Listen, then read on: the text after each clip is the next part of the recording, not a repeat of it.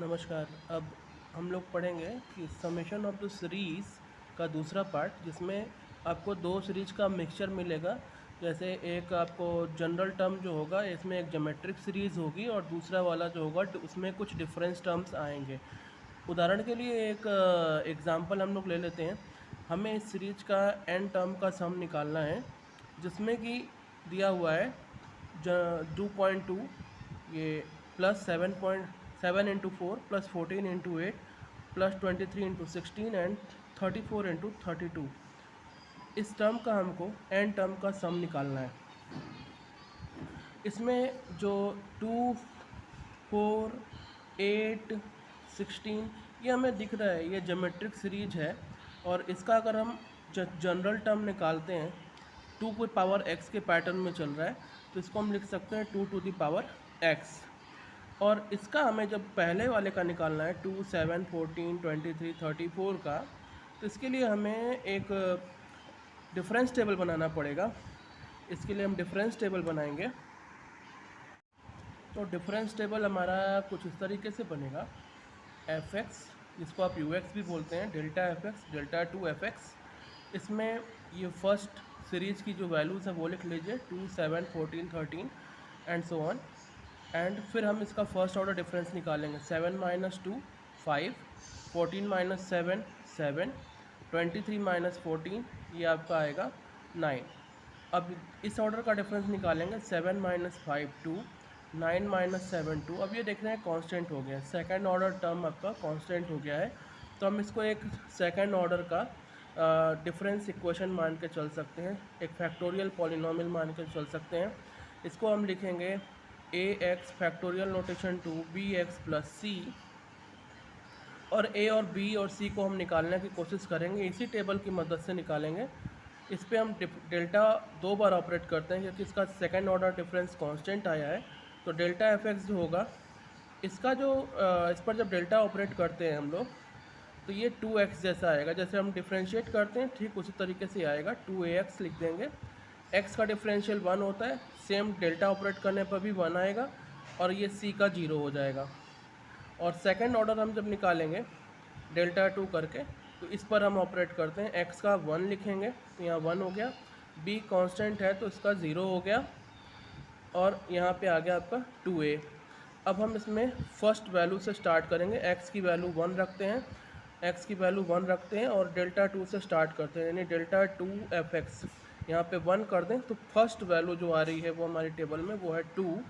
तो यहाँ पे डेल्टा, यहाँ पे x की जगह पर 1 रख दें, तो ये 2 रखेंगे। तो यहाँ पे हमने 2 रख दिया है इसको, और यहाँ पे भी 2a है। तो a की वैल्यू हमें कितनी मिल गई?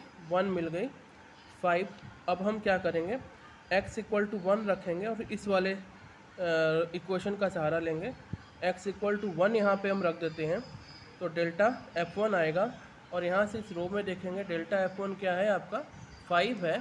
तो यहाँ पे 5 लिखेंगे, और इस इक्वेशन में हम 1 रखते हैं, तो ये 2a बन गया। और ये आपका क्या हो गया? b। तो इसमें हम a की वैल्यू डाल देते हैं, यहाँ पे 2, यहाँ पे a की वैल्यू 1 रखेंगे, तो ये 2 हो जाएगा। और इधर आपका 5 है, माइनस करने पर कितना आएगा? ये b का वैल्यू 3 आ जाएगा। ठीक इसी तरीके से हम आगे बढ़ते हैं, और x = 1 रखेंगे। फर्स्ट इक्वेशन में हम रखते हैं, यहाँ पे कुछ नहीं है, 1 है। a की वैल्यू ax 2 था, bx था और c था। तो यहाँ पर b की वैल्यू रख दिए, a की वैल्यू रख दिया, c की वैल्यू निकाल रहे हैं, -2 आ रही है। यानी जो आपका जनरल टर्म हो रहा है ये आपका हो जा रहा है x। यहाँ पे हम फैक्टोरियल नोटेशन लगाएंगे, ये आपका फैक्टोरियल नोटेशन है, x2 3x - 2। तो जो जनरल टर्म हमारा हो रहा है वो है ये आपका fx का हो गया, और ये ज्योमेट्रिक सीरीज वाले का हो गया, दोनों का प्रोडक्ट है। अब जब हम इसको लगाएंगे, तो ये प्रोडक्ट ऑफ 2 सीरीज़ था, उसमें हम ये उसका फॉर्मूला लगाएंगे, प्रोडक्ट ऑफ द 2 सीरीज़। जब हमारा ux जो होता है f(x) f1x × f2x होता है, उस कंडीशन को हम लगाएंगे, जहाँ पे हम क्या करते थे, f1 = g1x डेल्टा g1x रखते थे, और F2 equal to delta G2x रख के निकालते थे, तो ये फार्मूला बन जाता है। या डायरेक्ट आप यूज़ कर सकते हैं F1x G2x 1 to n plus 1 minus summation G2x plus 1 और डेल्टा F1x। डेल्टा हमेशा उस पर लगाएंगे, F1 उसको मानेंगे जिसका डिफरेंस टर्म धीरे धीरे वैनिश होता जाए या ख़त्म होता जाए या कांस्टेंट हो जाए। तो यहाँ पे हमने ये इसको ऐसे ही छोड़ दिया है हमने, जैसे डेफिनेट इंटीग्रल होता है। अब यहाँ पर देखिए G2x प्लस 1 क्या हुआ, 2। हमारे पास एक फॉर्मूला है a टू दी, मान लीजिए हमारे पास ux equal to a to the power x है, तो ux इक्वल टू अगर हमारे पास डेल्टा fx है, तो यहाँ पे fx क्या आता है, ये हमने किया था पिछले सेक्शन में, a to the power x upon a minus 1 आता है।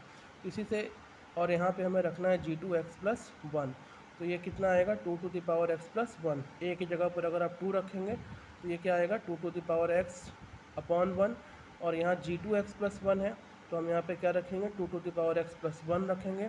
और ये आपका है डेल्टा F1x, डेल्टा F1x यानी कि इस पे डेल्टा ऑपरेट करना है आपको यहाँ पे, तो इस पे डेल्टा ऑपरेट करेंगे 2x आएगा और यहाँ से 3 मिलेगा, हमने लिख दिया।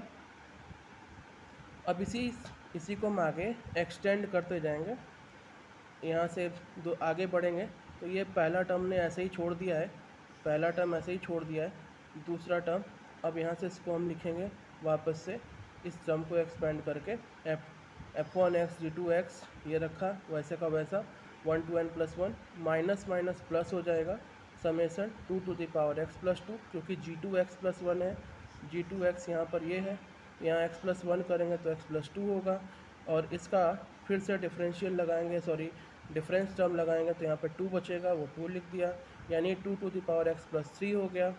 तो ओवरऑल हम यहाँ से कह सकते हैं कि ये आपका जो टर्म आ रहा है, ये वैसे ऊपर वाले सारे टर्म्स हम ऐसे के वैसे लिखे हैं, और यहाँ पे ये 2 to the power x plus 3, ये 1 to n प्लस 1 आएगा।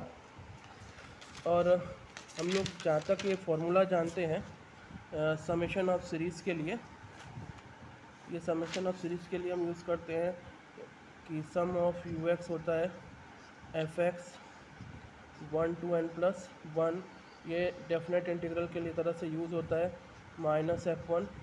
तो अगर आपके पास ये आ रहा है G2x,